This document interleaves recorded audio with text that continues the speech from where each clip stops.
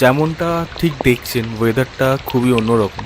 জানি না এটা ঘুরতে যাওয়ার জন্য বা সাইট সিনে যাওয়ার জন্য কতটা ভালো, কিন্তু এই যে জানলার ধারে দাঁড়িয়ে যখন আমি বাইরের দিকে তাকাচ্ছি ওয়েদারটা